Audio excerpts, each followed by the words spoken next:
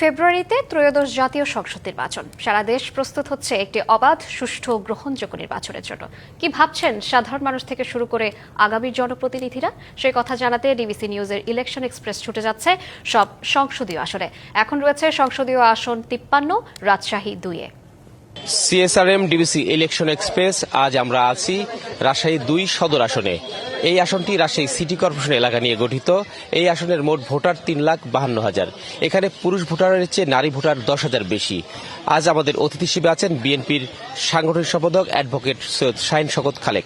আপনাকে স্বাগত জানাচ্ছি ডিবিসি ইলেকশন এক্সপ্রেসে। ধন্যবাদ আপনাকেও। আপনি এখানে কাজ করছেন, কেমন সাড়া পাচ্ছেন? জি, রাজশাহী মহানগর বরাবরই বিএনপির একটি উর্বর জায়গা। এখানে অধিকাংশ লোকই বিএনপি মনা এবং জাতীয়তাবাদী শক্তির পক্ষে। ফলে এখানে ধানের শীষের প্রার্থী বিজয় লাভ করা কোনো মানে দুঃসহ কোনো কাজ না। এটা এমনিতেই হয়ে যায় মানুষের সাড়া পেয়ে। রাজশাহী শহরে একটা সুনাম আছে পরিচ্ছন্ন সুন্দর নগরী হিসেবে। সামনের দিনে বিজয়ী হতে পারলে কি ধরনের কাজ করবেন? দেখো, রাজশাহী ইতিমধ্যে এশিয়ার মধ্যে একটি অন্যতম সুন্দর নগরী হিসাবে প্রতিষ্ঠিত হয়েছে এবং ক্লিন এবং পলিউশন ফ্রি নগরীতে পরিণত হয়েছে। আমি এখান থেকে যদি হাইকমান্ড যদি মনে করে যে রাজশাহীতে এখানে ধানের শীষের প্রার্থী হিসেবে আমাকে নির্বাচিত করবে, মনোনয়ন দিবে, তাহলে এখানে আমার অনেক স্বপ্ন আছে। যেমন একটা নদীকে ঘিরে কিন্তু মানব সভ্যতা রচিত হয়। এই পদ্মা নদী একটা বিশাল নদী, আমাদের পাশেই দেখতে পাচ্ছেন। আমরা টাইগ্রিস নদী, আমরা সিন্ধু নদ, আমরা নীল নদকে কেন্দ্র করে মানব সভ্যতা হাজার বছর ধরে ঐতিহ্য তৈরি করেছে। তো সেখানে পদ্মা নদীকে ঘিরে আমার একটা বিশাল পরিকল্পনা আছে।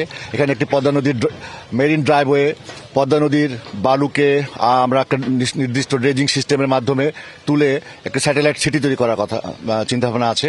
এই স্যাটেলাইট সিটিটা শুধুমাত্র মানুষের জন্য, স্যাটেলাইট সিটি হবে একটি হাব। এখানে ট্যুরিস্ট জোন থাকবে, এখানে ইকো রিসোর্ট থাকবে, এখানে অত্যাধুনিক পার্ক থাকবে, এখানে সোলার প্যানেলের মাধ্যমে বিদ্যুৎ সাপ্লাই থাকবে। এবং আমার যে অর্থনৈতিক যে আমি একটা জোন চিন্তা করছি, রাজশাহী, পাবনা, নওগাঁ, নাটোর, নবাবগঞ্জ, এটাকে নিয়ে একটি নর্থ জোন তৈরি করার চিন্তাভাবনা মাথার ভিতরে আছে, পরিকল্পনার মধ্যে আছে। এখানে নারী ভোটার পুরুষ ভোটারের চেয়ে 10,000 বেশি এবং বলা হয় শিক্ষানগরী। এই সব বিষয়ে কি করতে চান? শিক্ষানগরী হিসাবে নারীদের এখানে ভোটার সংখ্যা বেশি, এটা সত্য কথা। কম বেশি সব জায়গাতে নারী ভোটার অ্যাভারেজলি বেশি। তো সেখানে নারী পুরুষ সকলে যুবশক্তি যারা আছে, এই যুবশক্তিকে কর্মে নিয়ে আসার জন্য আমরা যে নিড বেজ এবং বিএনপি যে 25 দফাতে যে নলেজ বেজ এবং নিউজ বেজ যে কর্মসূচি দেওয়া আছে, সেক্ষেত্রে যারা নলেজ দিবে তারা উচ্চতর শিক্ষা গ্রহণ করবে। আর উচ্চতর শিক্ষা গ্রহণ করবে তারা যেন বেকার না হয়ে যায়, তার জন্য এই যে অর্থনৈতিক জোনটা তৈরি করা হবে। সিল্ক সিটি, তাঁত, মাছ, বিদ্যুৎ কে বলে ধান এবং আমাদের যে আম, এটাকে কেন্দ্র করে একটা ইন্ডাস্ট্রিয়াল জোন তৈরি করা হবে, যেটা 100% এক্সপোর্ট ওরিয়েন্টেড হবে, 100% রপ্তানিমুখী। সেখান থেকেই আমরা ক্ষুদ্র ক্ষুদ্র এই শিক্ষিত জনগোষ্ঠীকে ট্রেনিং দেওয়ার মাধ্যমে, অত্যাধুনিক ট্রেনিং দেওয়ার মাধ্যমে আমরা এটাকে তাদেরকে উদ্যোক্তা হিসেবে তৈরি করব। এর পাশাপাশি এখানে একটা ক্যান্সার হাব তৈরি করা হবে, যে ক্যান্সার হাসপাতালকে কেন্দ্র করে সেখানে অর্থোপেডিক্স, সেখানে মেডিসিন, সেখানে ডায়াবেটিক, সেখানে আরও যে সমস্ত আছে, তার ট্রেনিং সেন্টার, বিশেষ করে ট্রেন্ড কর্মী পাওয়া খুব মুশকিল, বিশেষ করে ফার্মাসিস্ট লেভেলে, ইঞ্জিনিয়ারিং লেভেলে। আমরা চায়নার মতো করে আমরা তাদের যে প্রযুক্তিগত উৎকর্ষতা গোটা বিশ্ব দেখছে, সেই রকম আমরা কিছু। আমরা জানি যে ঐক্যবদ্ধ একটা বড় শক্তির বিষয়। এখানে বিএনপি কতটা ঐক্যবদ্ধ? কিছুদিন আগে সম্মেলন হয়েছে, কিন্তু কমিটি আজ পর্যন্ত আলোর মুখ দেখেনি। ঐক্যবদ্ধতার ক্ষেত্রে কি ভূমিকা রাখছেন এবং সামনের দিনগুলোতে এই যে বিরোধ বিভাজন শেষ করার জন্য কি করবেন?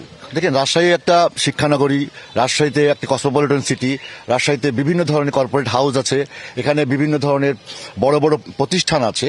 সেই কারণে রাজশাহীর নেতৃত্বের চেহারাটা কেমন হবে, যা এই রাজশাহীকে রিপ্রেজেন্ট করবে, যেখানে একটা শিক্ষিত, মার্জিত, এখানে একটি পোলাইট, বিনয়ী যে নেতৃত্বকে দিয়ে রাজশাহীকে রিপ্রেজেন্ট করা যায়, একটা ডিভিশনাল হেডকোয়ার্টারকে রিপ্রেজেন্ট করা যায়, সেই ধরনের নেতৃত্বের ব্যাপারে হাইকমান্ড চিন্তাভাবনা করছে এবং বুঝে শুনে তিনি সেইভাবে সেই নেতৃত্বেই শিক্ষিত আন্দোলন সংগ্রামে অংশগ্রহণ করেছে, তারা সৎ, তাদের ক্লিন ইমেজ, সেই নেতৃত্ব আনা হবে।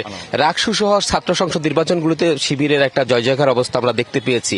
সামনের নির্বাচনে এটা কি ধরনের ভূমিকা রাখবে? জামাতকে কিভাবে মোকাবেলা করবেন আপনারা?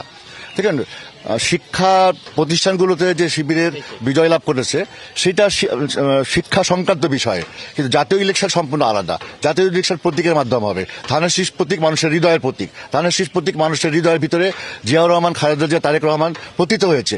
দীর্ঘ 17 বছর আন্দোলন সংগ্রামের মধ্য দিয়ে আমরা এই ফ্যাসিস্ট হাসিনাকে সরিয়েছি। ফলে এই প্রতীকের পক্ষে জনগণের ভোটাধিকার, জনগণের গণতান্ত্রিক মৌলিক অধিকার, জনগণের বাসস্থান, চিকিৎসা, জনগণের স্বাস্থ্য, জনগণের নিরাপদ ভবিষ্যৎ, মেধাবীদের চাকরি, সবকিছুকে সম্মিলিত করে তরুণ প্রজন্মকে চিন্তাধারাকে এক জায়গাতে করে আগামী দিনে বিএনপি জয়লাভ করবে। ধন্যবাদ আপনাকে। সিএসআরএম ডিবিসি ইলেকশন এক্সপ্রেস আমরা কথা বলছিলাম বিএনপির সাংগঠনিক সম্পাদক সৈয়দ শাহিন শওকত খালেকের সঙ্গে। এরপর দুপুর 12টায় চোখ রাখুন, আমাদের অতিথি থাকবেন বিএনপির চেয়ারপারসন উপদেষ্টা মিজানুর রহমান মিনু। এ পর্যন্ত ডিবিসি নিউজের সঙ্গেই থাকুন।